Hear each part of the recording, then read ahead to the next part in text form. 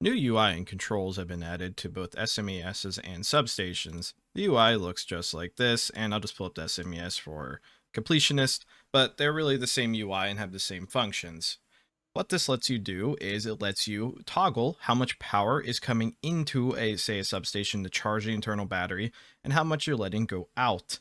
You can also change how much kilowatts on the circuit is going out in total, and there is a UI telling you exactly how much energy there is, how many watt hours there are, and if it's draining, how many, what the ETA is until that substation is dead, or SMES. This is really, really nice for maintaining and controlling your power grid or network. So I'll just turn on this portable generator really quickly. This is a 50 kilowatt generator directly to high voltage cables. Now this SMES is currently turned off and at 53% battery. If I want to let it start charging and turn it on, it will charge at 5 kilowatts. However, I know there's 50 kilowatts on this network, so I could theoretically just max it out to 150 kilowatts, and it will take every bit of energy on this current, or on this high voltage network, to power it. As you can see, it went up to 50 kilowatts current. Now, if we quickly observe, you can see the ETA roughly of how much it'll take to charge. And since this SMES is on the substation network, I can actually start passing through power, so I can swap to 5 kilowatts, even though there's 50 on this network. Since I'm only passing through 5 kilowatts, well, I have to turn the substation on first.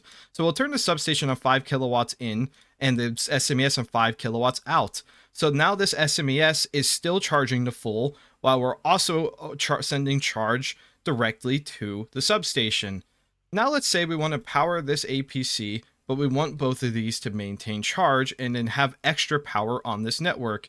That's really easy. So we have 5 going out on the SMES, so 5 kilowatts is going to the substation.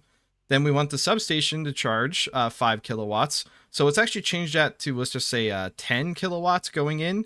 And we let the substation take in 10. We can overcharge it. That's fine. It'll take a little bit from the SMES's internal battery. It's not just the power going through at that point. And then we could do the discharge circuit to 5 kilowatts, which will then send the 5 kilowatts charging directly to the APC. So that means the substation is now charging, the SMES is now charging, and there's extra power to go through on this network alone. So let's say if I want to use another SMES, we'll just do an empty one and we'll connect a cable terminal to it. We could then start charging this one up with the extra power on the network, and we can go back to the generator. This makes it really easy. We can see we're only using 19 kilowatts, so we could charge this one to 20 kilowatts. So now this one's charging, the substation is still charging, and the first SMES is fully charged. So we are utilizing this entire network with the new system. I believe this is the easiest breakdown of the system of how to utilize this. Other side effects of this that's really nice is, say there's a power sink, you can literally just turn off the output on the SMESs but still let them charge from the engines.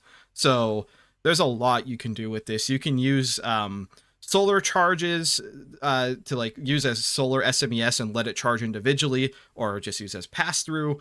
It's really, it feels like a simple update, but it really changes how much control you have over the entire station's power.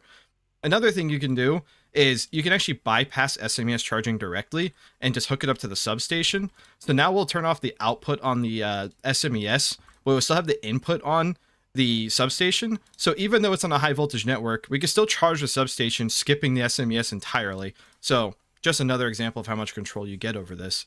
And that's really it. Thank you for watching.